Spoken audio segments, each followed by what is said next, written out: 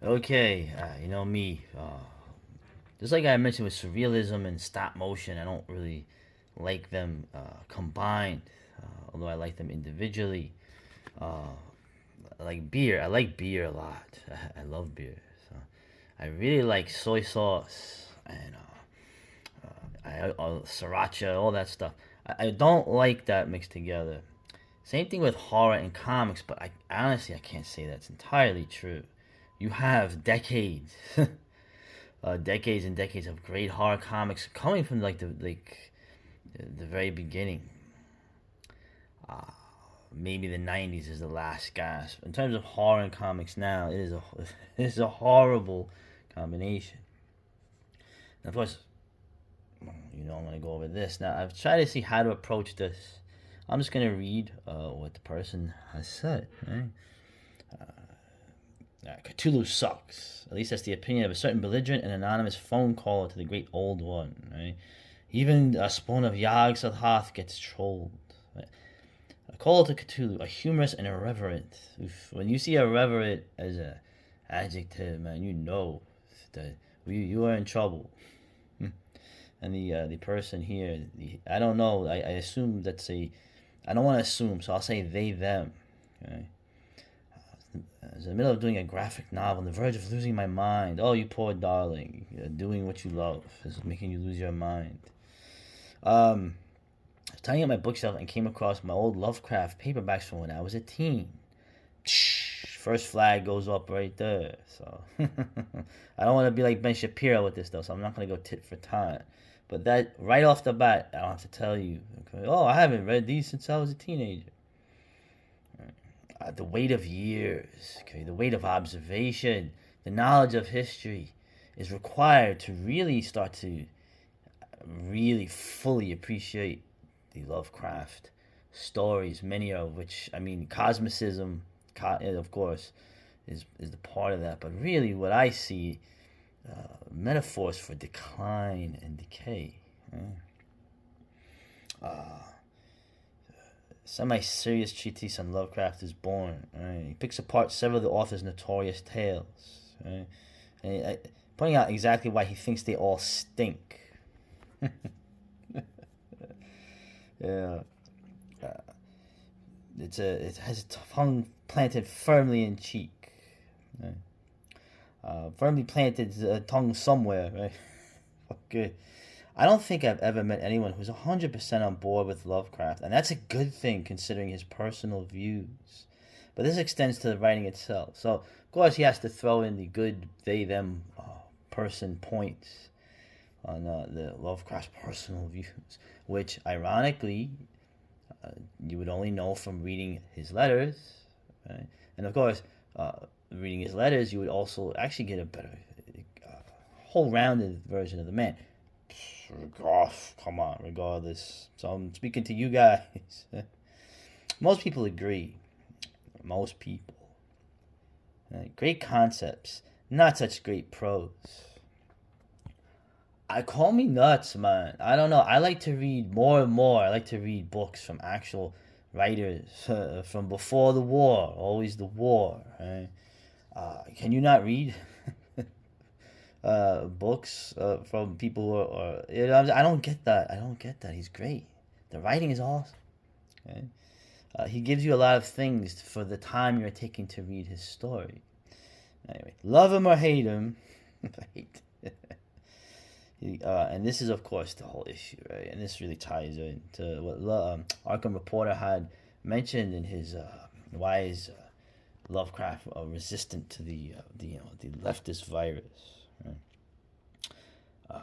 There's a specter cast over horror, right? A specter of Lovecraft, because I mean his name is as an adjective is mentioned in this magazine at least 6 or 7 times. Okay, you cannot escape the man. You have to ask yourself why. Right? Well, they don't. They go here. He goes. They them. Excuse me. Goes here. I think a lot of it has to do with original work being in the public domain. Okay, which allowed all people in all media to take the ball and run with it, expanding on the building blocks he laid down. And those blocks are great concepts which can be taken in so many directions. there's timelessness to the stories as well. The elder gods live in realms beyond ours, so their stories can be told in any era of human history, including our present one. Well, usually the ones in the present are terrible.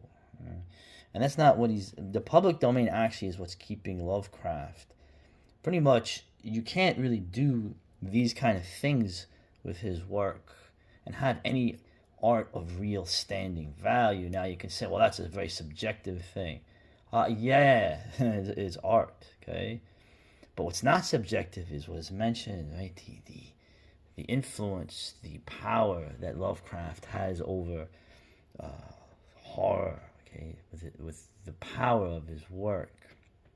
And in some ways, I would like to, I want to give a little different cast to this, but I'll do that at the end. I'll just finish this off here, right? It's doubtful that even the most hardcore Lovecraft fan would find offense in his book. Don't presume for me, mi amigo. Right? I'm not harassing him, please.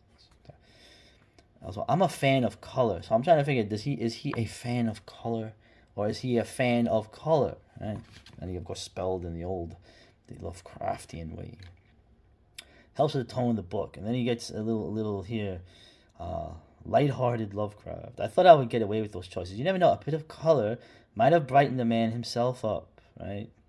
A bit of flowery wallpaper in his study, perhaps. Though I have a feeling he slaved over a desk in a dark and gray room. Did you read? I mean, I haven't read all his letters. I don't have time. Well, that's okay. Now how much can I go over this? But I will say this: I've thought about it, right? And it's probably a little controversial, this thought, but it comes out of, let's just say the demonization of another person from the similar time period, right? By making Lovecraft this whatever you want to call it, whipping boy or demon figure, although they can't deny the power of his work, which they cannot really, seem to really do anything with, because, the idea of atmosphere, the idea of metaphors for decline and decay, and for real existential dread, okay, is something that the modern, I don't know what to call them, normie, NPC, good boy, good girl, good they, them, they can't really grasp that. To grasp the essence of that, you need to go through a lot of hell and shit in your life, just like Lovecraft did, okay?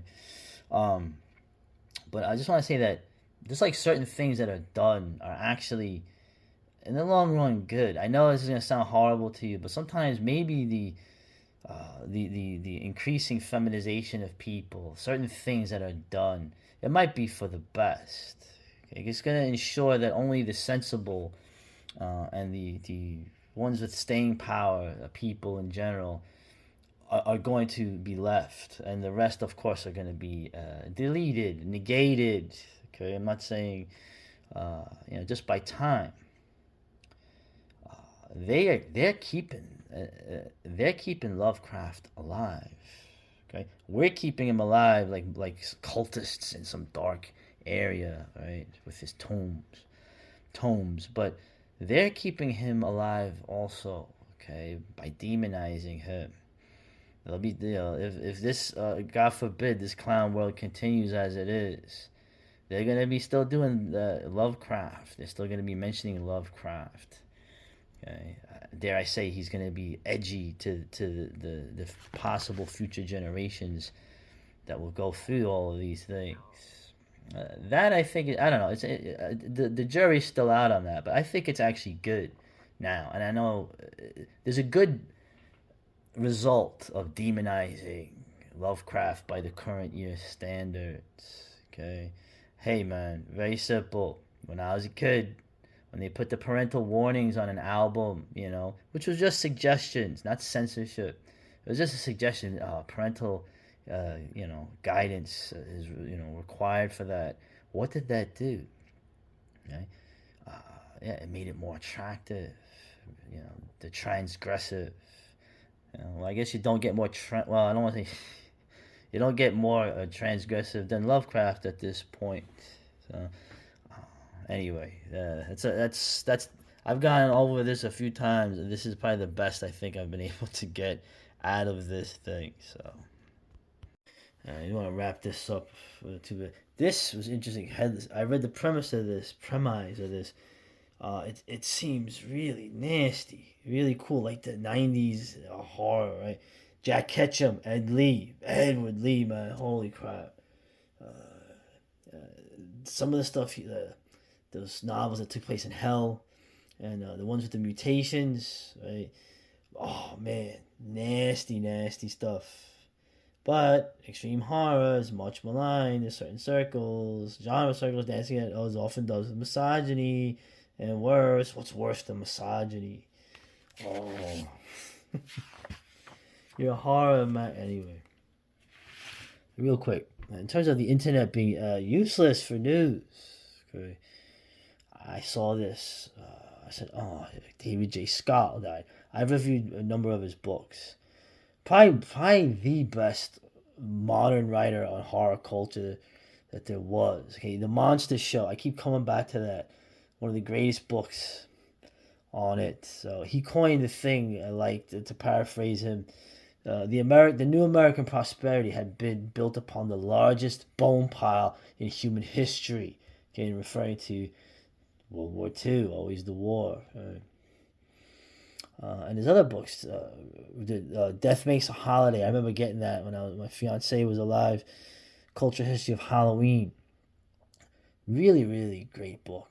So, guy was a openly gay writer. Okay, he didn't focus on that, acknowledging it, and acknowledging some things, but never really focused on it. His main goal was the overall culture. Okay. In horror, and whatever critiques aside I have, this guy probably was one of the best modern writers. And I saw this and I said, he passed away. Okay, looked pretty good for his age. Okay?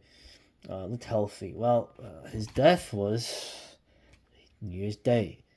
Okay, he was obviously killed by a drunk driver, probably drunk just hours previously in the eve.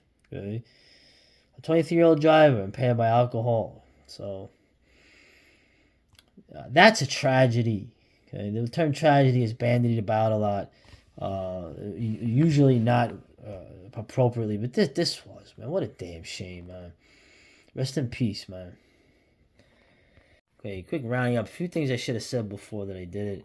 When I was saying who the good guys and the bad guys were in the Red Army faction days in Germany, and however I feel about these. Red Army faction people, and whatever I feel about people like the Stasi.